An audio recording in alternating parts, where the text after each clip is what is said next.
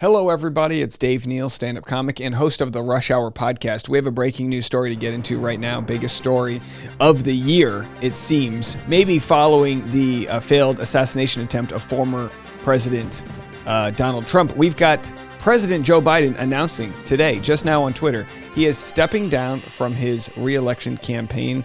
Absolutely wild stuff right now. He announced it on Twitter. We're going to get into it right now. July 21st, 2024. My fellow Americans, over the past 3.5 years, we have made great progress as a nation. Today, America has the strongest economy in the world. We've made historic investments in rebuilding our nation and lowering prescription drug costs for seniors and in expanding affordable health care to a record number of Americans. We've provided critically needed care to 1 million veterans exposed to toxic substances, passed the first gun safety law in 30 years, appointed the first African-American woman to the Supreme Court, and passed the most significant climate legislation in the history of the world. America has never been better positioned to lead than we are today. I know none of this could have been done without you, the American people. Together, we overcame a once-in-a-century pandemic and the worst economic crisis since the Great Depression. We've protected and preserved our democracy, and we've revitalized and strengthened our alliances around the world. It has been the greatest honor of my life to serve as your president, and while it has been my intention to seek re-election, I believe it is in the best interest of my party and the country for me to stand down and to focus solely on fulfilling my duties as president for the remainder of my term. I will speak to the nation later this week in more detail about my decision. For now, let me express my deepest gratitude to all those who have worked so hard to see me reelected. I want to thank Vice President Kamala Harris for being an extraordinary partner in all this work. And let me express my heartfelt appreciation to the American people for the faith and trust you have placed in me. I believe today what I always have, that there is nothing America can't do when we do it together. We just have to remember we are the United States of America. Signed, President Joe Biden. Now, plenty of discussion going on regarding this. I'm going to share several of my snap thoughts on the matter. It is trending all over the world right now. And for those wondering, I do cover entertainment news. I'm a comedian. I talk about pop culture and current events. I can't not cover this story. It is so dang interesting. I will do my best to be as fair as possible. A lot of people know my progressive values. I wasn't wanting to vote for Joe Biden in the primaries the first go around. He wasn't my necessary candidate, although I think he's done a pretty good job. But I think it's very fair to say after the debate against former President Trump that he doesn't have the energy and the gumption, frankly, to lead this country for the next 4 years, regardless of the different highlights that he has from this chapter as a president. He was an old president starting, and he's not getting younger. And I think it's very wise, if not done through a hostile takeover, for this news to come out.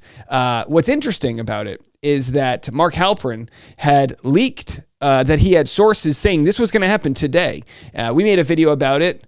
No one really wanted to believe it. Oh, come on, this is all a conspiracy. Well, Mark Halperin said this before. So he said President Biden was going to announce on Sunday. He said he has plans to announce withdrawal from nomination as early as this weekend, with Sunday most likely. That happened. John Meacham, polishing up remarks, who's a speechwriter and historian. Biden will not resign the presidency, of course. He says here it's just not going to be going for a second term. Biden will not endorse Harris. Now, we don't know this. Again, this is from Mark Halperin's sources. There will be an open convention with Harris and about 3 others. Superdelegates will not be allowed to vote on the first ballot. Harris is vetting at least 4 possible running mates, including Kentucky's Andy Beshear and Pennsylvania's Shapiro. So this situation is absolutely wild. It'll be twisted around many different ways. I'm already seeing people saying this is anti-democratic for Joe Biden to do this.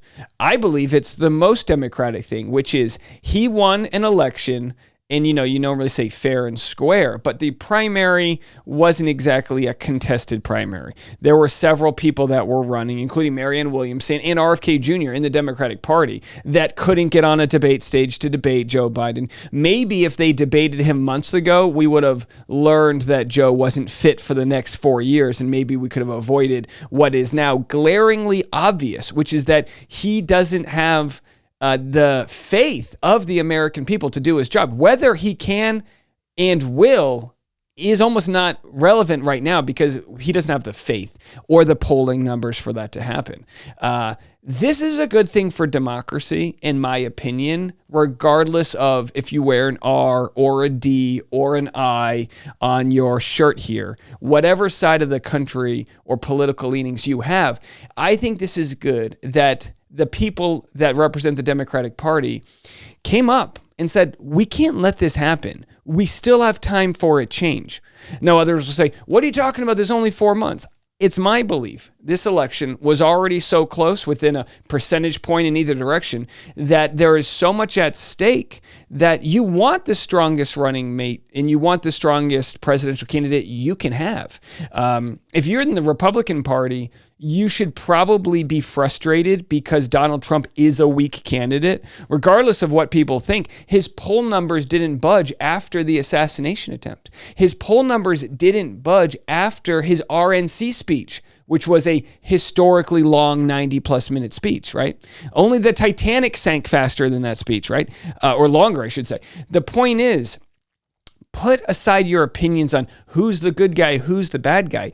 Numbers don't lie, and while polls do come in different sizes and varieties, they're funded by different people, almost all the polls showed it was a tight race, but nobody in Joe Biden's position would have a real shot at winning, considering how many people were voting despite who he is. Not a fan of the blue no matter who rhetoric. That's like going to a car dealership and saying, I've got $50,000. Let's negotiate. They're not going to, you can't negotiate if you just lay your cards down right there. You need to go up and say, we want people that are going to support our values, that's going to have the energy to debate and campaign and be able to go into the Senate and the Congress and inspire change and inspire. And if people don't show up to vote for Joe Biden, they're not going to show up for the other Senate races, congressional races, down ballot races. So very fascinating stuff. Again, you're going to see people that say things like right here. Well, let me go back to the top. We've already had people say things like how anti-democratic this is because he, and they say that because they want, let's see, Biden is out is trending. They want Biden to stay in as a weak candidate because Trump is a weak candidate.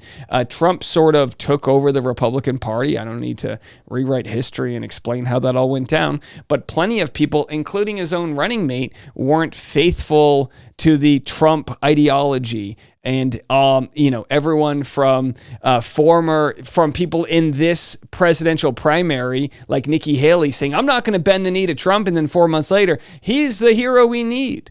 It's a fractured party. Now, you could say the same about the Democratic Party, but the Democratic Party's always been fractured. Every time, Joe Biden won the nomination by a hair several years ago. He lost the first few rounds of primaries, and I hesitate to say they rigged it in his favor, but how many people had to bow out of the former primary election? Buttigieg and others had to all bow out on the same day to sort of almost unionize behind Joe Biden against the radical Bernie Sanders, right? This is the most democratic thing we've seen happen in a long time. So it doesn't mean it doesn't mean they're going to be anointing Kamala Harris as the front runner. I think what they should do is have an open primary, hear from the top people in the Democratic Party, which might mean Gretchen Whitmer in Michigan. It might mean Gavin Newsom in California. It might mean Andy Beshear. It might mean that the astronaut in Arizona. There's a lot of people that can speak. Now, which of them will make it to the top and who will be their running mate? I have no idea, but it's surreal at the very least to say this is actually happening. So trying to see, people are going to say, oh, it's all part of the plan. I don't think so. I don't think this is all part of the plan. Someone said, tell me this is a joke. Change your mind. Don't be forced to do this. Democracy apparently means conspiring in a cover-up to conceal your candidate's mental fitness, rigging your primary for him by blocking alternatives, then disenfranchising party voters by plotting a coup to remove him once the cover-up is exposed. That's not entirely wrong. As far as was there a cover-up about his health, I've got no idea. My guess is his health went south rather quickly. We saw how he was on the debate stage. He's always kind of been one to fumble with his words and talk about his stutter and this and that. Now it seems as though, I don't know if it's in the last 6 months or a year or so, but now we're seeing that he just, after one debate, it just wasn't going to happen. So we'll see what happens. I'd love to know your thoughts, although I would say this. With regards to where we stand as a country, as somebody who makes, entertainment news videos, I have to show you this. I went out on a limb and made a video about politics on Friday, and I lost subscribers over it. Now, losing 7 subscribers is not much. I was actually surprised the video did as well as it did, which was discussing that Biden might step down. I was surprised it did as well as it did. But losing 7 subscribers, not that big of a deal. I'll just ask you this. If you do want more political commentary, I'm no expert, but if you do want more political commentary and trust my opinion to try to be as fair as possible, then hit the subscribe button and give us a shot. And I personally don't think this is a metric that speaks for where we are as a country in its entirety. But what we noticed a few years ago, before the 2024 election really ramped up, was that we would only talk about the stock market. It was in a bad place, and we had all these issues. Stock market's never been better, aside from the crisis from Friday, which was that tech crash that has messed up all of the flights. It's never been better. And there's a lot of issues that need solved in this country. Getting the price of goods down, absolutely. Making sure that the middle class is taken care of and that we tax the wealthy people, absolutely. I'm looking for, when it comes to who might become the nominee for the Democratic Party, I'm looking for someone with a great track record who fights for the middle class. A great track record of someone who sets the lower level of acceptance for where we should be in the greatest, most financially abundant country in the world. Set that bar at a livable place, whatever that minimum wage looks like, whatever that, just the idea with all the wealth that we have, that we can't start putting it to a place where we have better maternity leave, where we have better healthcare options, and continuing to improve the things that affect everyday people. That's what we need more in our political leaders, not people who are bought and paid for by lobbyist groups and whatnot. So I'll be looking very closely at who emerges from this group, and hopefully it's very clear to the general public who that person is. They better be a good speaker, and they better go rock it. It's a fascinating time to be alive. If you are a hardcore Trump fan, you should be nervous at what is transpiring. But I would not say it's anti-democratic. If anything, you should be up in arms in the Republican Party that there's been so much division over a lot of the rhetoric going on. We'll see how it all plays out. Again, as someone with a lot of progressive values, I've been very disenfranchised by previous attempts to rig primaries against candidates that I thought were the best, most populist candidate for what we're looking for in this country. Regardless of trying to audit which political party has been worse to disenfranchise, I think we could all come together as a country and say, it's been happening. The middle class has been left out, and the rich get richer and the poor get poorer. And who's going to step forward to help right those wrongs? We'll see how it all plays out. Leave a comment. Fascinating and absolutely wild day in American political history. Now we have a second breaking news update. As I was getting ready to wrap this video up and publish it, we have a new announcement from Joe Biden I wanted to share with you right here. My fellow Democrats, I've decided not to accept the nomination and to focus all my energies on my duties as president for the remainder of my term.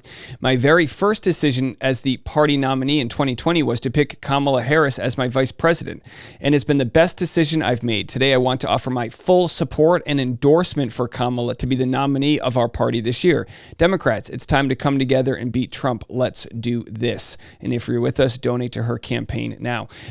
Quickly, my thought on this is I would like to see the other options, and I'll let I'll let their campaigning go forward. We have until November we have until the Democratic conference to find out which how the cream rises to the top. So again, very fascinating stuff here. Very fascinating. There'll be lots of polling that comes out to see how she stacks up against Trump. Judging on the primary where she ran against Joe Biden before he brought her on as his VP, I thought as a candidate, she wasn't that strong.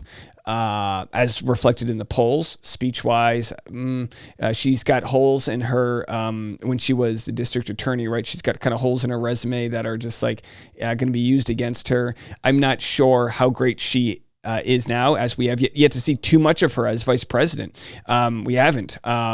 Did she thrive in that role? Is she a completely changed speaker? These are types of things you have to look out for as you get ready to watch what unfolds. Fascinating stuff, to say the least. All right, have a good one. Bye.